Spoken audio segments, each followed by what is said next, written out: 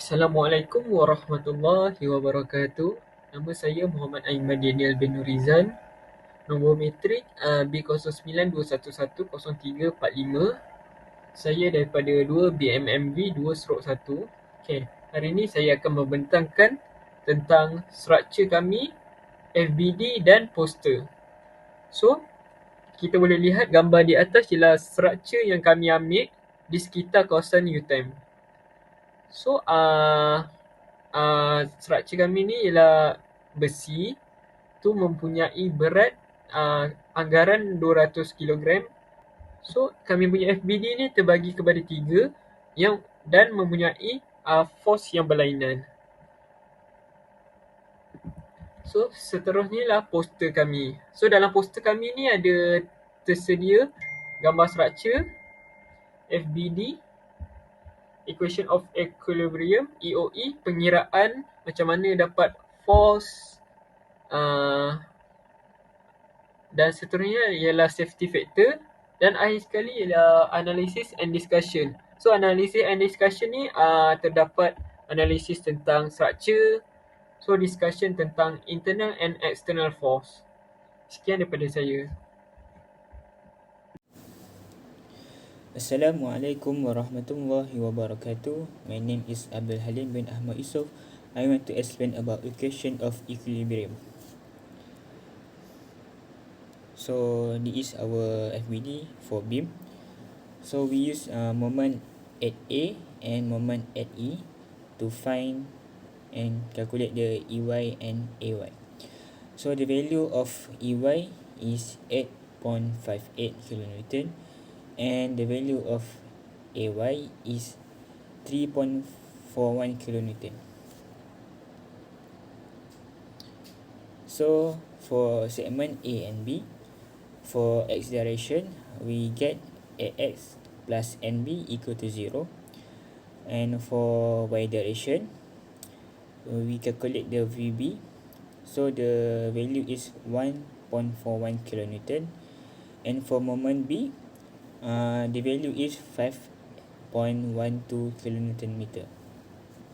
So we proceed to segment B and C. So for x direction NC equal to NB, and for y direction we calculate BC and get the value is negative 8.41 kilonewton, and for moment C the value is 10 kilonewton meter. For segment C and D, for x direction ND equal to NC, and for y direction we calculate VD. The value is negative 18.41 kilonewton, and the moment D is 5 kilonewton meter. And lastly, for segment D and E, for x direction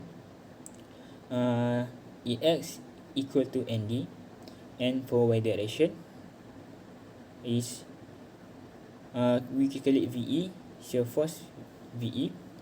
The value is 21.99 kilonewton, and the moment E is 5 kilonewton meter.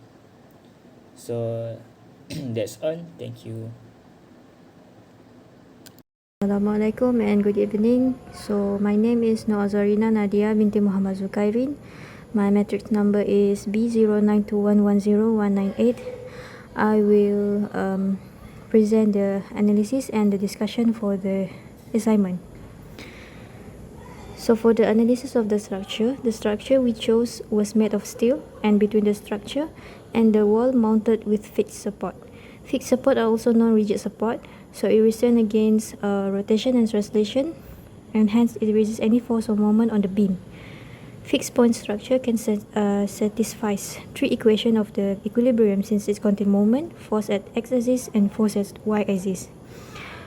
At least one fixed support should be provided in order to establish good stability for the structure. For the discussion, the external force is always assumed to be applied at the joint of the structure. The weight of the truss defined as distributed load, and the total load was divided among the joints and assumed to act at the joints. For the internal force, the beam was period and external transverse forces and moments. There are three internal forces, which is normal force, shear force, and bending moment. Based on calculation, the maximum tensile strength for the chosen structure was 200 kN per meter square. The safety factor for point B was 25, while at point C and D was 10. That's all for me. Thank you.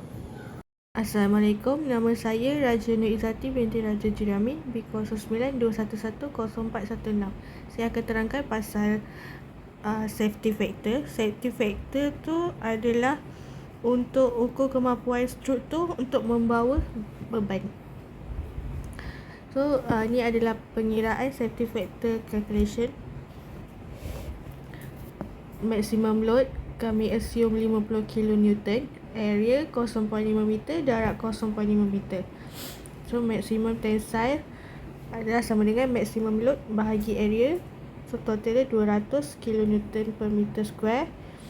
Safety factor, dia punya formula adalah maximum tensile strength bahagi dengan working tensile strength.